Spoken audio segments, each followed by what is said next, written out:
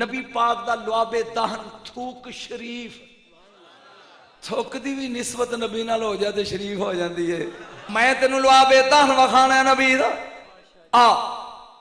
ایک be be تو لگا شروع کرن جشن، 5 چیزاں ہر بندے وچ موجود نے جنہ دا نال لیے تے بندے نو کراہت آؤندی۔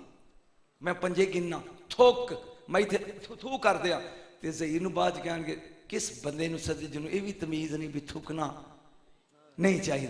تھک، نمبر 2 پسینہ، نمبر 3 خون، نمبر 4 پیشاب تے نمبر 5 پخانہ۔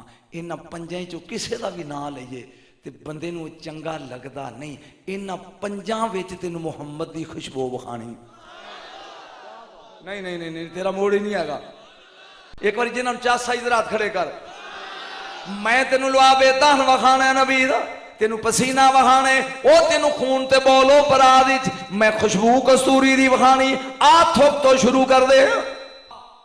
ایک بی بی تو لگا شروع کرن جشن، نبی پاک دا لعاب دہن تھوک شریف، تھوک دی بھی نسبت نبی نال ہو جاتے شریف ہو جاندی ہے۔ حضرت عمیرہ بنت مسعود انصاریہ سارے مل کے کہو رضی اللہ تعالی۔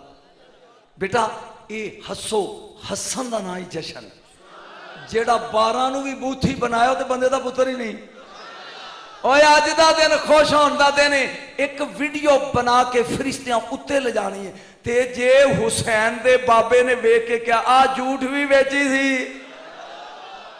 خوش ہو، جشن حسن دا نا ہے، آئے علی دا نہیں، آج علی دے بھی مولا دا جشن۔ میں پیانا عمیرہ بنت مسعود انصاریہ، اے دیاں 4 پہنا نے، کنیاں؟ سارا مجمع بولے کل کنیاں ہو گئیاں؟ بھول گیا ہو 4 اے دیاں پہنا دے کل کر بیٹھیاں تے پہنا نو کہیں دیئے لو جی پہنو 2 منٹ چھٹی دو میرا دل بڑا ادھرے ہے۔ میں ایک باری حسین نانے نو نہ ویکھا ماں، میں موضوع تو سجے کھپے جانا والا بندہ نہیں، قصوری ذہن چ رکھنی۔ میں جا کے نبیاں دے نبی دا چہرہ ویکھا، انہیں کہا تو زیادہ لوڈو کھائیں، سان بھی لے چل نال وے۔ انہیں کیا چل اے 5 ٹر بیاں آیا اس ویڑے جتھے انما یرید اللہ لے یذہب عنکم الرجس اہل البیت ویطہرکم تطہیرا۔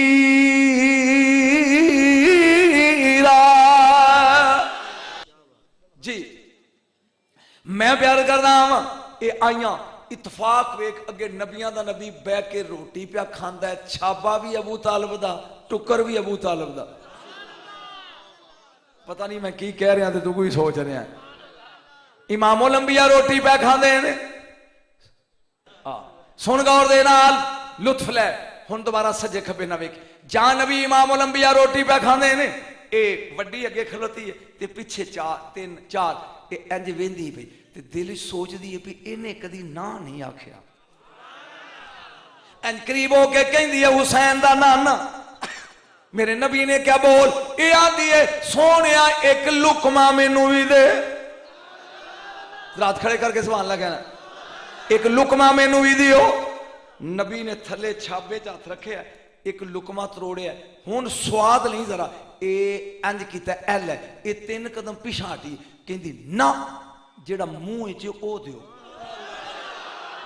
نہیں میں نے پڑھنا ہی نہیں چاہیے، تو صرف ایک باری پھر جعفر کو شروع ساتھ دیتے۔ انہیں کیا کملی والے نا نا نا نا نا اے لقمہ نہیں چاہیے جڑا تیرے منہ اچ کملی والے او دے۔ لبے اینا مجمع ہزاراں دا تیرے سر تے قرآن ہے، تیرے منہ چ جھوٹا لقمہ ہوئے تیری جنانی کھا لے گی، ویک کی الٹی نہ آئی تو میں نے فون ضرور کریں تے من اسی ہو رہا دل مزے نہیں آئے۔ کہنے لگی کملی والیا اے نہیں چاہیے دا جڑا تواڈے منہ مبارک چے اے دے۔ میرے نبی نے کدی نہ نہیں سی کیتی منہ والا لقمہ شریف۔ نبی نے آج کڑے ہے ایل پچھلیاں دیاں نے بس بھی تیرے نال ہیاں، ونڈ کے کھا۔